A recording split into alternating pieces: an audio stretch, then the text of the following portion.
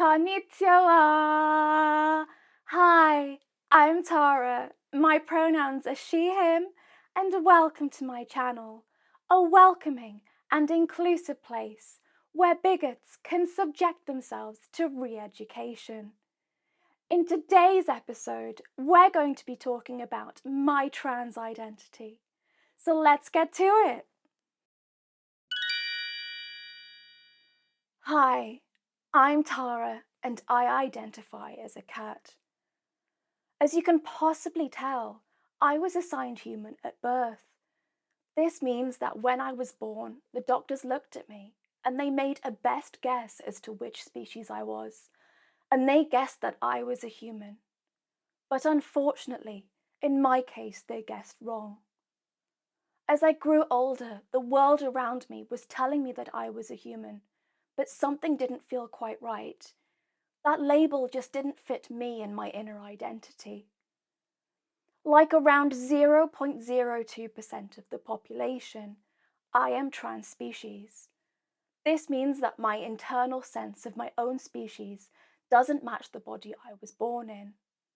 Society was telling me to conform to the social construct that is humanity, telling me to behave like a human when I knew that internally I was a cat. This was a struggle for many years until I found inner acceptance of my real identity. It's probably easiest to think of it like this. For most people assigned human at birth, their inner species identity matches their external characteristics, such as head, shoulders, knees, and toes. These people are what we call cis species. Cis species people have a human species identity. But for those of us who are trans species, we have an animal brain trapped in a human's body. This disconnect between our sense of self and our bodies can cause intense anxiety for us. For some of us, that disconnect can be alleviated by vital surgeries such as tail transplants.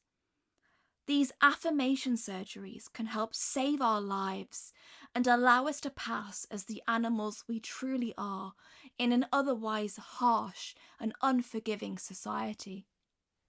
I unfortunately don't always pass as a cat, despite putting a lot of effort into my appearance, which is why I'm still barred from the local pet store. But as society moves towards being more inclusive of difference, and the vets approved my reassignment surgery, I'm hoping to have that overturned.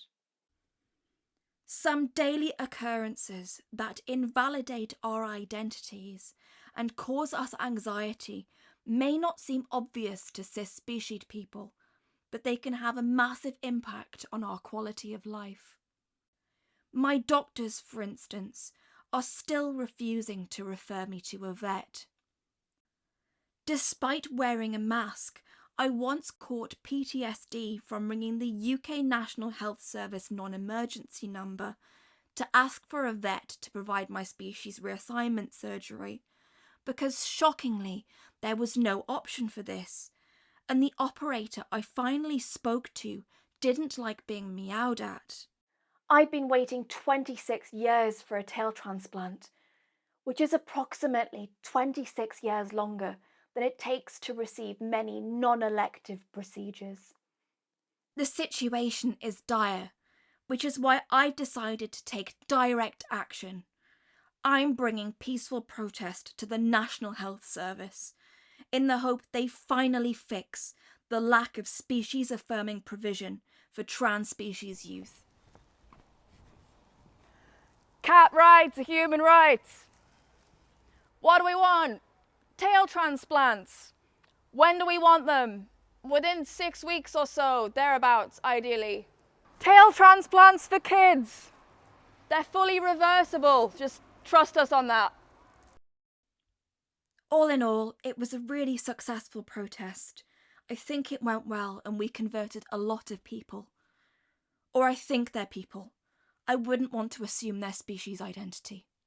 While we face many obstacles from the hostility of society to our trans species status, There are things you, a cis-specied person, can do to help us feel affirmed, valid, and welcomed. Declaring your species identity in your email signature or announcing it at the beginning of meetings goes a long way to helping us feel accepted. It also ensures that no one around misspecies us, which can be exceedingly dangerous for those of us with trans-species identities. Referring to a person who identifies as a cat as a dog risks outing us to work colleagues, which can place us in physical danger. Despite this extreme risk of violence, trans species people still don't have a day of awareness or remembrance. There isn't even a solidarity hashtag. I tried to set up a meeting of Feline Lives Matter to fight for this, but I was accused of causing a rodent infestation just for bringing refreshments. Our representation in media and film is mostly limited to cartoons, and I hope Netflix is watching this video and changes its diversity policies accordingly. Life is hard enough for us as it is without having a dedicated Netflix special or pride flag. The obstacles to daily life are never ending.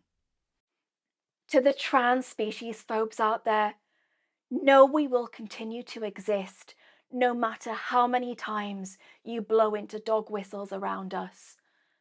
Some people are cats, get over it. And to any trans species youth out there watching and struggling, know this: you are valid. Trans cats are real cats, and a tail transplant is a human-ish right. Thanks for watching. Stay tuned to my channel, where in the next episode, I'll be ranking microaggressions by order of size.